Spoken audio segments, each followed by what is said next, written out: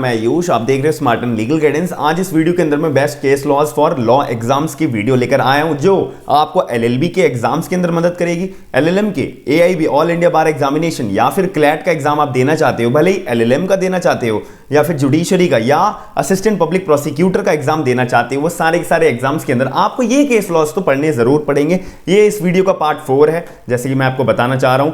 तो इस पार्ट 4 के अंदर आपको ये बहुत सारी बातें मैं आपको बताऊंगा, क्योंकि हमारे को इस वीडियो के अंदर मेन केस लॉज जो एग्जाम्स के अंदर पूछे जाते हैं ना, पॉइंट टू पॉइंट, हमारे को जैसे कि हम प्री का पेपर दे रहे हैं, एमसीक्यू का पेपर दे रहे हैं, तो उसके अंदर हमारे को क्या क्या बातें समझाई जाती हैं वो हमारे को ध्यान में रखनी पड़ेगी। दूसरी बात ये कि आप जब मेंस का पेपर लिख रहे हो तो उसके अंदर आपको एक केस लॉ का रेफरेंस देना है, तो आपको लिखना किस तरीके से है, क्या शॉर्ट फॉर्म में, क्या शॉर्ट लाइंस में लिखना है, वो मैं आपको इस वीडियो के अंदर आज सारी की सारी डिटेल्स प्रोवाइड कराऊंगा। ये मैंने आपको पहले ही बोल दिया है कि इस वीडियो का पार्ट 4 है, और जो 3 पार्ट है वो आपको मैं प्लेलिस्ट का लिंक जो है डिस्क्रिप्शन बॉक्स के अंदर प्रोवाइड करा दूंगा। और भी आप केस लॉज, मैंने टोटल 15 केस लॉज जो इंपॉर्टेंट है, आपके मुंह पे रटे होने चाहिए। अगर आप लॉ स्टूडेंट हो, एडवोकेट हो या लॉ ग्रेजुएट हो, वो आपको पता होने चाहिए। तो इसी वजह से वो मैंने आपको 15 केस लॉज और बता रखे हैं, और आज भी 5 to 6 केस लॉज मैं आपको इस वीडियो के अंदर प्रोवाइड कराऊंगा। अब मैं ज़्यादा देर नहीं करते हुए वीडियो स्टार्ट करते हैं। मेरा नाम है आयुष, आप देख रहे हैं smart and legal guidance.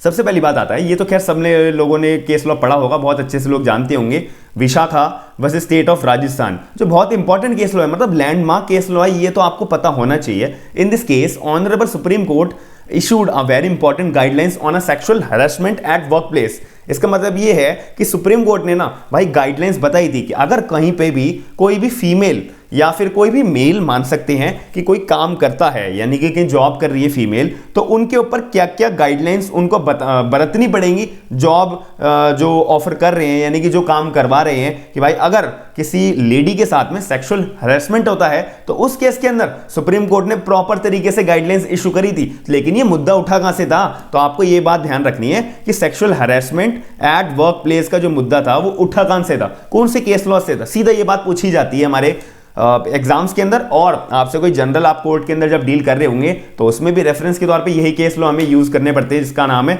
Vishakha versus state of Rajasthan. आपके एकदम पॉइंट टू पॉइंट आपको याद होना चाहिए। अब मैं दूसरी बात करता हूं, सीमा वर्सेस अश्वनी कुमार, ये हमारा सेक्शन 8 हिंदू मैरिज एक्ट के लिंक करता है। मैंने आपको बताया था कि भाई अगर आपको रेफरेंस देनी है आंसर राइटिंग करते हुए तो आप सिर्फ ये केस लॉ का नाम लिखे, और ये एक तरीके से फॉर्मेट मान लो, ये एक फॉर्मेट होता है एक अच्छा सा आपको आंसर लिखने के लिए, कि in this case honourable Supreme Court held that marriages of all persons who are citizen of India belonging to various regions should be made compulsory registrable in their respective state. इसका मतलब simple ये है मोटा मोटा कि भाई अगर कोई भी हस्बैंड और वाइफ शादी करके आए हैं तो उनको अपनी शादी को जो है रजिस्टर्ड कराना चाहिए, उनको कराना ही कराना है। ऐसा वर्ड मैं यही बोल रहा हूं, यहां पे लिखा शुड बी। शुड बी का मतलब है भाई करा लो तो बढ़िया है, नहीं कराओगे तो कोई बात नहीं, कोई दिक्कत नहीं आएगी। तो इसके अंदर कंपलसरी नहीं करा हुआ है, इन्होंने बोला है भाई शुड बी मेड कंपलसरी, कि भाई कंपलसरी ऐसा होना चाहिए कि जैसे कि दिल्ली के अंदर है, कोई भी हस्बैंड और वाइफ अपनी शादी करके आ रहे हैं तो उनको जो है ना अपनी शादी रजिस्टर्ड करानी हो सकती है, वो अपनी शादी रजिस्टर्ड करा सकते हैं। कि जैसे कि उनको अगर पासपोर्ट मिलने में आसानी रहती है, और कोई भी गवर्नमेंट डॉक्यूमेंटेशंस के अंदर आसानी रहती है कि अगर आपकी शादी जो है रजिस्टर्ड होती है। अगर आपकी शादी रजिस्टर्ड नहीं है तो भी कोई दिक्कत नहीं है, तब भी आप शादीशुदा माने जाओगे, लेकिन थोड़ी सी जो गवर्नमेंट के अंदर आसानी से काम हो जाता है उसमें थोड़ी दिक्कत आपको फेस करनी पड़ेगी। लेकिन शादी जो है रजिस्टर्ड होनी चाहिए। ये बात, मुद्दे की बात उठी कौन से केस से थी, सीमा वर्सेस अश्वनी कुमार, जो हमारा सेक्शन 8 हिंदू मैरिज एक्ट से लिंक होता है। तीसरे केस लॉ की बात करता हूं, SP Gupta versus Union of India. ये भी केस लॉ बहुत इंपॉर्टेंट है। इसमें आपको जस्टिस, जो जज साहब थे उनका भी नाम आपको जो है थोड़ा याद में रखना पड़ेगा। जस्टिस पीएम भगवती जी ने एक गाइडलाइंस बताई थी, यानी कि in this case justice PM Bhagwati explain the scope and object of public interest litigation in very well manner for the first time.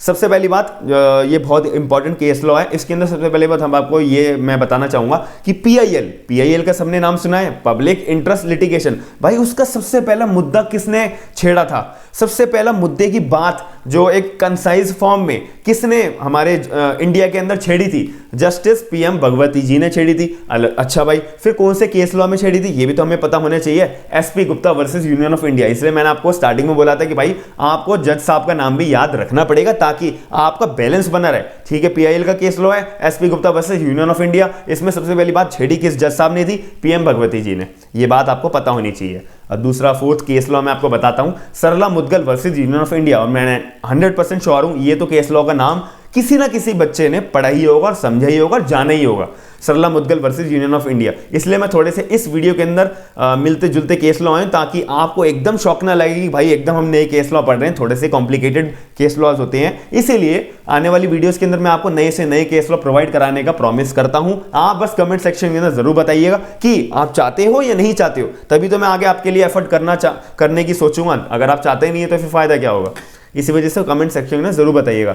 Fourth case law की बात करूं, in this case honourable Supreme Court held that second marriage of Hindu husband after conversion to Islam without having first marriage dissolve under the law, the second marriage would be void and it will be punishable under section 494 and 495 of IPC. बहुत important बात लिखी हुई है। मैं 100% sure हूं कि आपको थोड़ी कम समझ में आएगी क्योंकि आपको एक्सप्लेनेशन की जरूरत जरूर पड़ेगी। इसमें लिखा हुआ है सिंपल कि भाई जो भी हिंदू हस्बैंड है अगर वो दूसरी शादी करता है, दूसरी शादी कैसे कर रहा है? हिंदू से मुस्लिम्स में कन्वर्ट हो गई, यानी कि हिंदू धर्म छोड़कर वो इस्लाम धर्म अपना रहा है और फिर उसमें दूसरी शादी कर रहा है, क्योंकि इस्लाम धर्म में 4 शादियां करना अलाउड होता है। इसीलिए इस इंटेंशन के साथ वो जो हिंदू हस्बैंड है वो अपना कन्वर्ट कर रहा है मुस्लिम के अंदर, इस्लाम के अंदर, और फिर वो जो है मतलब शादी कर रहा है दूसरी।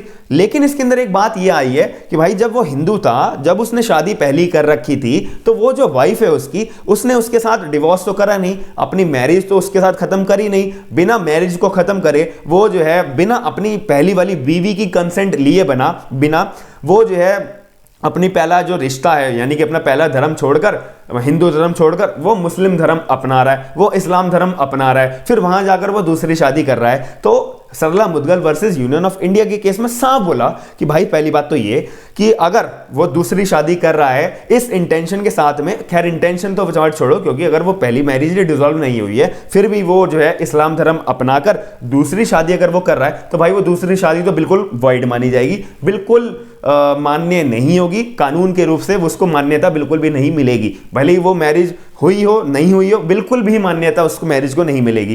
क्योंकि भाई पहले अगर उसको मान्यता अपनी मैरिज की करानी है ना, तो पहले उस हस्बैंड को अपनी पहली बीवी के साथ में, यानी कि जब वो हिंदू है, हिंदू के साथ में उसको अपना रिश्ता तोड़ना पड़ेगा, उसको अपना रिश्ता खत्म करना पड़ेगा, उसको डिवोर्स करना पड़ेगा। तब जब वो डिवोर्स पहली वाली बीवी के साथ हो जाएगा तब भाई वो इस्लाम धर्म अपना ले, फिर वो शादी कर ले। लेकिन उसकी इंटेंशन भी देखी जाएगी, अगर वो इस्लाम धर्म इसलिए अपना रहा है कि सिर्फ मैं शादी कर सकूं, ऐसा भी एक प्रोविजन है, ऐसा भी अलाउड नहीं होगा इस्लाम धर्म के अंदर।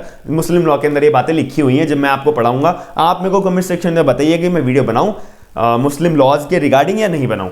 तो उसके अंदर भी साफ बातें लिखी हुई हैं कि भाई ऐसे अगर कोई इंटेंशन के साथ में कोई मुस्लिम धर्म इस्लाम धर्म अपनाता है तो भाई ऐसे बंदे को इस्लाम धर्म के अंदर कोई भी जगह नहीं है, कोई भी जगह नहीं मिलेगी। तो ये भी बात हमारे को समझनी पड़ेगी। लेकिन अगर वो ऐसी करता है हरकत, हस्बैंड जो है कि भाई पहली बीवी भी रख लेगा हिंदू धर्म वाली और इस्लाम धर्म के अंदर जाकर दूसरी बीवी भी रख लेगा, अगर वो ऐसा करता है, पहले तो ये बता दें कि दूसरी बीवी दूसरी शादी जो है वॉइड हो जाएगी, लेकिन पहली जो शादी है भाई उसने गलत काम तो करा है, ऑफेंस तो करा है, उसको सजा तो मिलनी चाहिए। तो उसको सजा मिलेगी सेक्शन 494 और 495 के तहत आईपीसी के अंदर। 494 और 495 इन दोनों में से कोई भी एक सेक्शन उसके ऊपर अप्लाई हो जाएगा, दोनों भी हो सकता है। आप पढ़ोगे तो आपको समझ में आ जाएगा। मैंने वीडियोस भी बना रखी हैं आईपीसी की, आप सीरीज चेक करिएगा प्लेलिस्ट में जाके। तो ये Sarla Mudgal versus Union of India में साफ बातें क्लियर कर दी थी, बिल्कुल क्लीन वर्ड्स के अंदर। अब आखिरी केस लॉ हमारा इस वीडियो का कि Anurag Soni versus state of Chhattisgarh 2019 का केस लॉ है, बहुत इंपॉर्टेंट है। In this case, Honorable Supreme Court held that sex after obtaining consent by false promise to marry is rape। इसका मतलब ये है कि भाई अगर कोई लड़का और लड़की है और लड़के ने लड़की को बोला कि भाई मैं जो है ना तुम्हारे साथ सेक्सुअल इंटरकोर्स करना चाहता हूं, लेकिन साथ ही में मैं तुम्हारे को पूरा का पूरा प्रॉमिस करता हूं, पूरा भरोसा दिलाता हूं कि मैं तुम्हारे से आने वाले टाइम में शादी भी करूंगा। अगर लड़की भी कहती है चलो भाई ठीक है, अब तो मेरे से शादी करने का प्रॉमिस अगर कर रहे हो, और फिर हम जो है चलो म्यूचुअल कंसेंट आ जाती है हमारी, हम सेक्सुअल इंटरकोर्स कर लेते हैं, ऐसी बात हो गई। अब आने वाले बाद में टाइम में जब शादी की बात आई, लड़का मुखर गया कि नहीं भाई मैं नहीं करूंगा तुमसे शादी, क्योंकि मेरा रिश्ता किसी कहीं और हो गया है, तो ऐसे केस के अंदर लड़की क्या कर सकती है? लड़की के पास पूरा अधिकार है। Anurag Soni versus state of Chhattisgarh के केस के अंदर सुप्रीम कोर्ट ने साफ ये बात क्लियर कर दी है कि अगर ऐसी सिचुएशन आती है ना, तो भाई रेप माना जाएगा, केवल रेप माना जाएगा। क्यों? इसमें तो कंसेंट साफ शो हो रही है ना कि लड़के के मन में जो है मैलिफाइड इंटेंशन है, मैलिफाइड तरीके से वो लड़की को बहका रहा है, बहला रहा है, और भी चार्जेस लग सकते हैं लड़के के ऊपर। सिर्फ ये बहकाने के बाद भी मैं प्रूव करने को बिल्कुल रेडी हो सकता हूं, प्रूव कर सकता हूं कि लड़की के साथ रेप करने की वजह से मैलिफाइड इंटेंशन में लड़की को फंसाया गया, उसको बहलाया गया, ये भी बातें बहुत सारी आ सकती है। जब लड़का जो है कन्फेस कर रहा है मैं प्रॉमिस करता हूं, तो वो बात से मुखर क्यों रहा है? सिर्फ सेक्सुअल इंटरकोर्स करने के लिए? बहुत गलत बात है ये। तो इसी वजह से Anurag Soni versus state of Chhattisgarh 2019 के केस में साफ बोल दिया, ऐसी सिचुएशन अगर सामने आती है तो उसको सीधा के सीधा रेप का दर्जा दिया जाएगा, रेप का चार्ज लगाया जाएगा। तो मैं उम्मीद करता हूं कि आपको इस वीडियो के अंदर मैंने आपको जितनी भी बातें पढ़ाई हैं, समझाई हैं, देखो 4 केस लॉज बताए हैं और आपको समझ में आए होंगे। सल्ला Mudgal versus Union of India का केस लॉ बहुत इंपॉर्टेंट है, SP Gupta versus Union of India का केस लॉ बहुत इंपॉर्टेंट है, सीमा वर्सेस अश्विनी कुमार का केस लॉ बहुत इंपॉर्टेंट है, Vishakha versus state of Rajasthan, ये तो खैर हर किसी के मुंह पे रटा हुआ होता है। तो अगर आपको मेरी वीडियो पसंद आई है, समझ में आई है, केस लॉ पसंद आए हैं, तो आप लाइक जरूर करिएगा, शेयर जरूर करिएगा, क्योंकि मेरे पास सपोर्ट बहुत कम आ रहा है वीडियो का, इसीलिए मेरा जो मोटिवेशन लेवल है वो बहुत गिर जाता है कि मैं ऐसे लोगों को वीडियो बनाऊं, क्योंकि मेरे वीडियो लोगों को पसंद तो आ नहीं रही, लाइक हो नहीं रहे, शेयर हो नहीं करे। तो आप प्लीज़, मैं रिक्वेस्ट करता हूं कि आप सभी लोगों से आप मेरी वीडियो को लाइक और शेयर जरूर करिएगा, चैनल को ज़्यादा से ज़्यादा सब्सक्राइब जरूर करिएगा, ताकि लोग जुड़ सकें और मेरा मोटिवेशन एक्स्ट्रा बढ़ सके। थैंक यू, धन्यवाद।